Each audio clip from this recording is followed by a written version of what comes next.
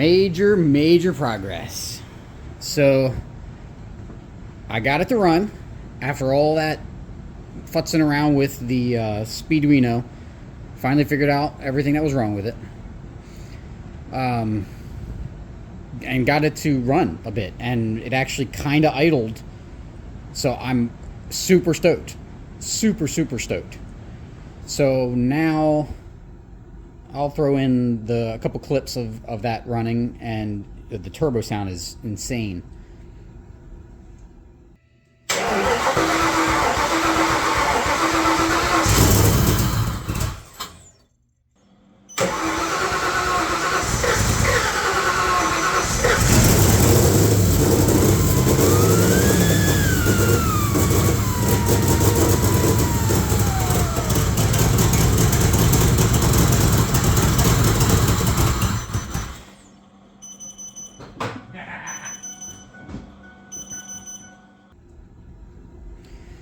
So, now I've got to fix this. So when let's see, when I initially put this up here, you can see that there's a diameter difference. The clamp grabbed it, and it seemed like it was going to be okay. But the second time I put it together, I guess the clamp spread, and then it just wouldn't grab it anymore. So this is a 3-inch V-band. This is like 3.72 outer diameter. And it's been a nightmare trying to find it, but I did find one, and I've just got to test fit, make sure it matches up. And then I finally got the intercooler in. So that is I'm planning on putting it right up in here. And I've never taken apart the front of one of these Rangers, so that's going to be fun. And this side's kind of crinkled, so I got to fix that while I'm in there.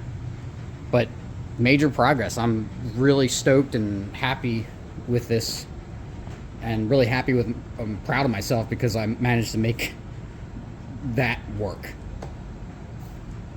So I'm gonna get back at it. So I managed to find a weird little kit that supposedly has a V-band that fits this turbo outlet.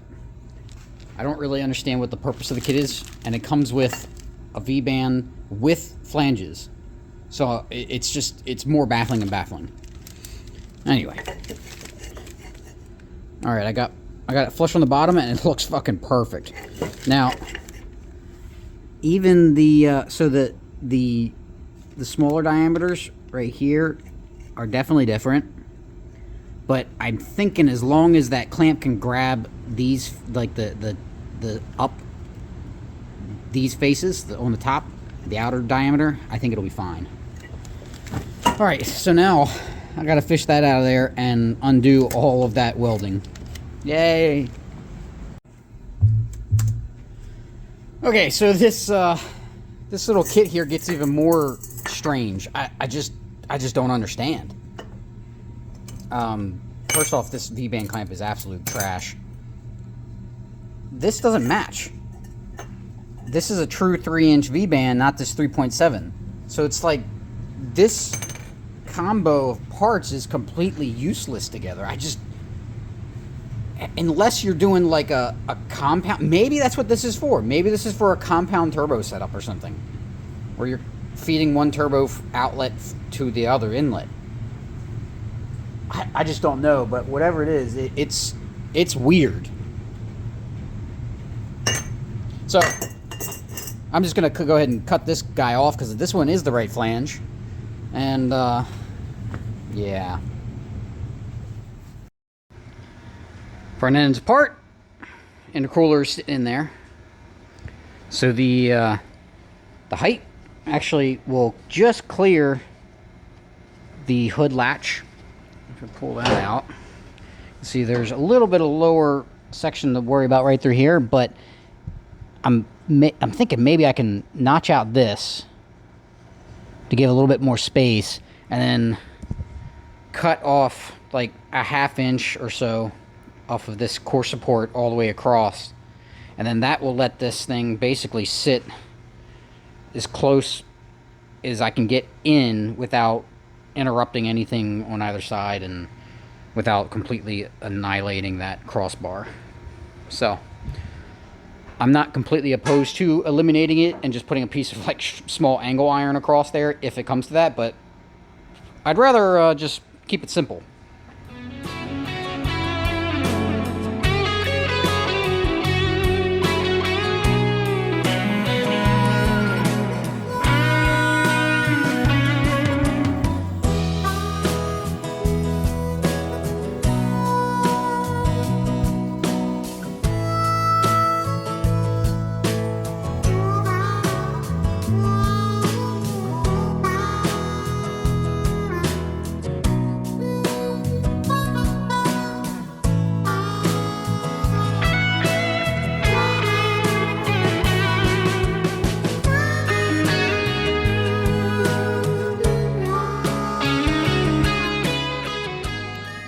Alrighty, got that lip cut off, went back and did a little bit of stitch welding just to keep those two panels together because the spot welds were on that lip, and that buys a decent amount more room to stick this intercooler.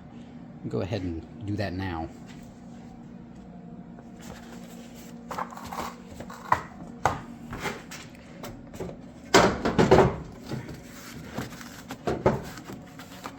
Yeah, that's a little bit better.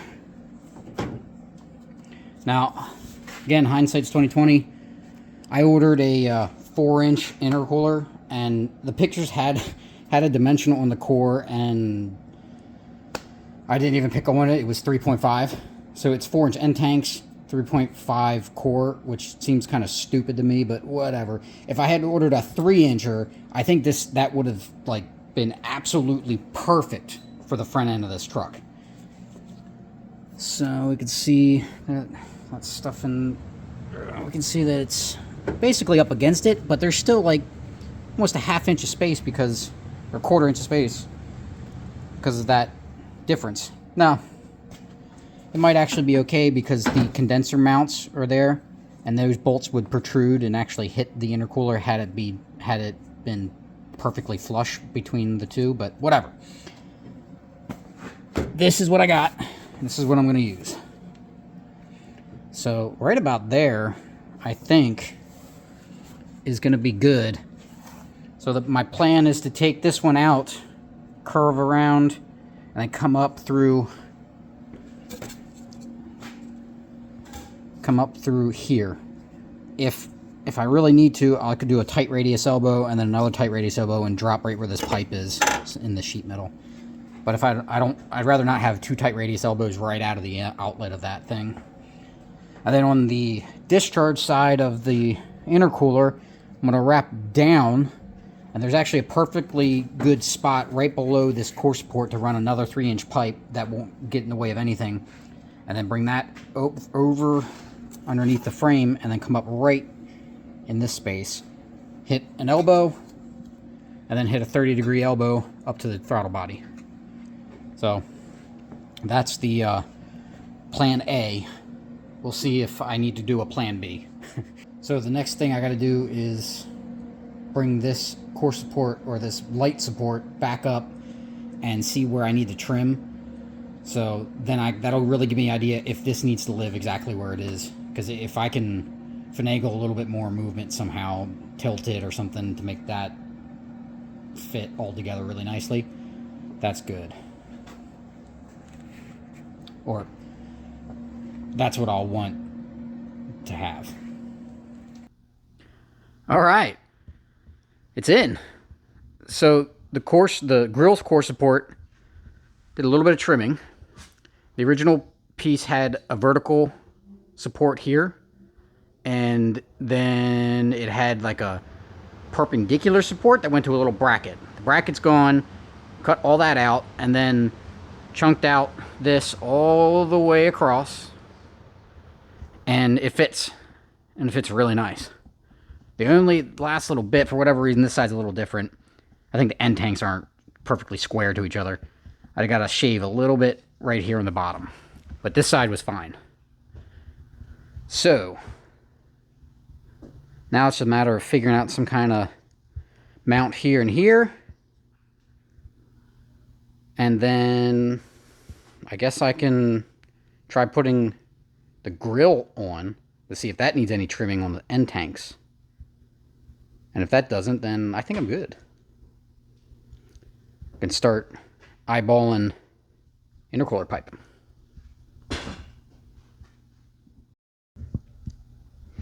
Just got finished welding. I decided to make the bracket on the bottom and tie it into the mounts for the condenser. So that worked out really nice. And if I had not been lucky enough to have that condenser mount, then I probably would have just used the existing core support here and just dropped something down to come over and support it. I really wanted to support this from the bottom, and as you can see, it's pretty stiff. And then the top, I think I don't know where they are. I think I may use the little aluminum straps that come with it and put some riv nuts up here, just really for just to keep the thing from the top from jiggling around, because if it's not secured on the top and bottom, it will rattle. It will, move around a little bit. But hell, I mean, this is perfect. I'm so happy with this. It looks so good without the cardboard. Just bolted it in, and I'm looking at what I can do for the top here. As you can see, it still moves around a bit. So I want to keep that from happening. What I'm thinking is just something simple like that, bend it, and then have it just come up, maybe a spacer with the riv nut. Another brilliant thing from Ford, though, this little valance right here that's normally up here, the body mount, it goes through it. So it mounts, like, why? It's got a little alignment tab there. It had a little Christmas tree thing to keep it up here. There was no reason why they had to go through the body mount. Like, it's so stupid. So now, I'm not taking that apart. I'm going to have to cut it out. Ford, in this era,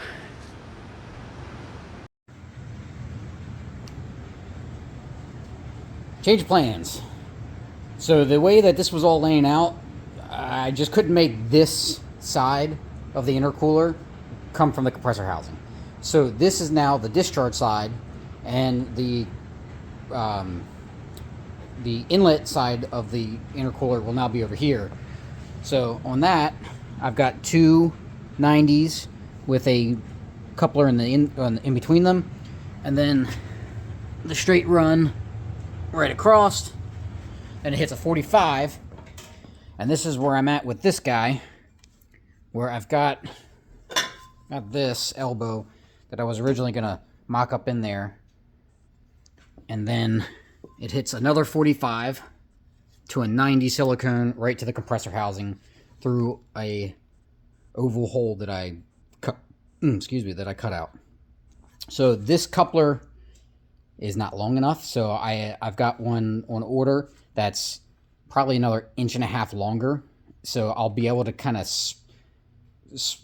persuade it to be parallel to the truck, because the turbo is not parallel to the truck. So that creates like a 5 to 10 degree difference, and that's just enough to make this all not want to line up if that coupler is straight on. It gets real wonky, and it wants to shoot off there, and I don't want to try to do a bunch of little pie cuts, or to make that connection. So I'm trying to keep it as simple as possible, because I've only welded one aluminum project before, and it wasn't pipe. It was just a block of aluminum, so it was like super easy. This is going to be way more difficult. So this is going to be welded. Then, well, I might cut this down and do a coupler there, because I don't think I'm going to be able to get it in and out of the fender. Yeah, that's what I'm going to have to do. That. I'm going to have to put a coupler here. So this will get cut down more, and that elbow, I'll use more of that elbow to come down.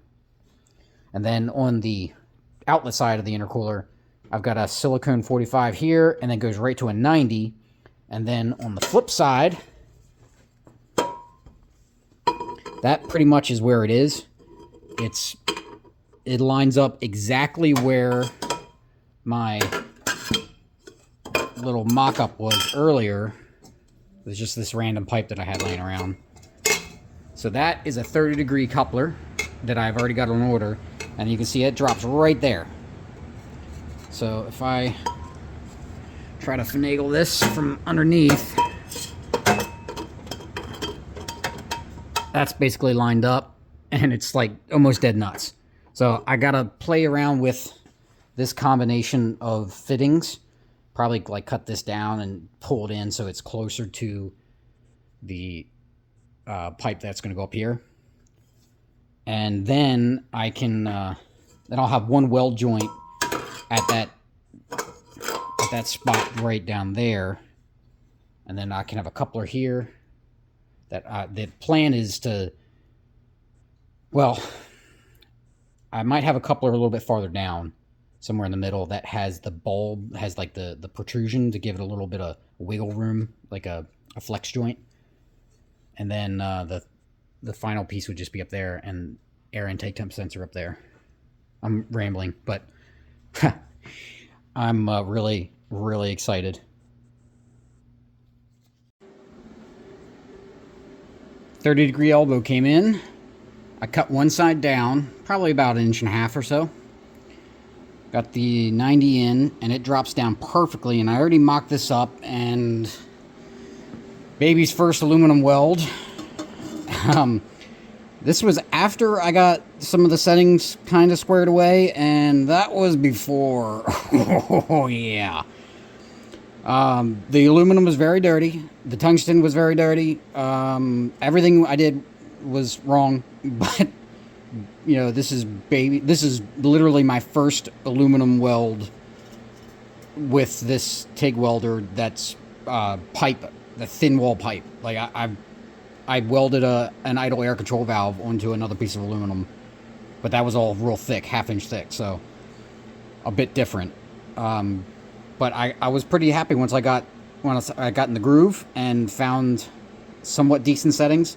I still have no idea what I'm doing, but this is done, which means from here to there is done once I put it on, and then I can get that other side. I got my long elbows in. They were extra long on the ends for the outlet of the turbo, and I think I'm gonna have one weld to do there, and that's done.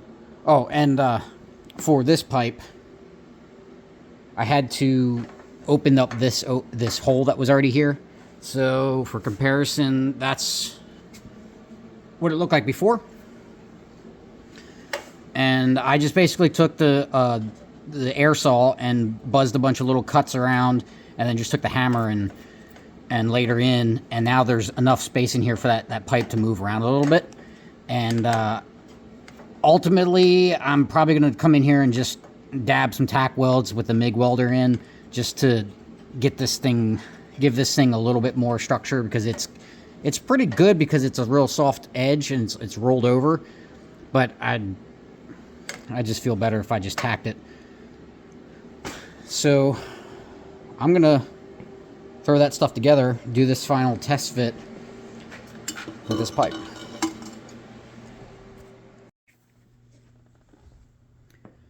Working on the final steps of the intercooler piping, and I realized I never showed some of the tools I got. This being one of the game changers when it comes to aluminum piping. So I just put that bead on there with this Amazon bead roller, and it works pretty damn good. When I first got it, these two screws were loose that hold it together. Right there, they're just Phillips head. But even with them loose, it still worked, but they do hold this whole assembly together. I would highly recommend this for the DIYer. I wouldn't think it's got like super long-term life if you're doing this on the regular, on the daily for a big-time job, but you know, it would be something to get started. And I also was playing around with some of the weld settings, starting to get a better feel for how to dab the filler rod, and managed to finish welding that piece. And you can see that is much better than where it was, or where I started earlier. So I'm really happy with my progress there. I also got the AIT sensor done. That weld, the aluminum on the bung was really weird. It melted faster than the aluminum on the pipe. So I don't know what the hell that was about. Anyway, I just cut down this pipe like 3/8 of an inch to make it the exact length that I needed. And I'm about to throw this thing back in. But there was one thing. I'm a little discombobulated because I'm just so excited. If you buy the cheap piping kit like I did, it might be hard to see it, but there's just a bunch of random crap in these pipes just from the manufacturing process of bending them. So if you do end up buying this kit, make sure you take a microfiber towel or even just any kind of rag and stuff it really tight in there, and then use anything to push it through. Yeah, this is not quite long enough.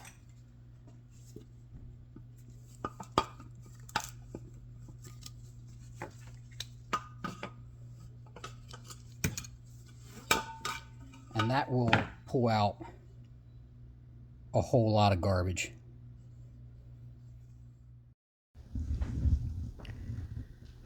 Intercooler piping is basically done. I've got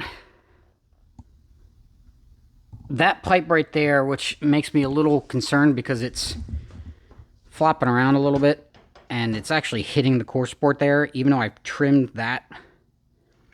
So I'm not entirely sure. Maybe weld one like a tab or something that to a bolt to keep it just that little bit up.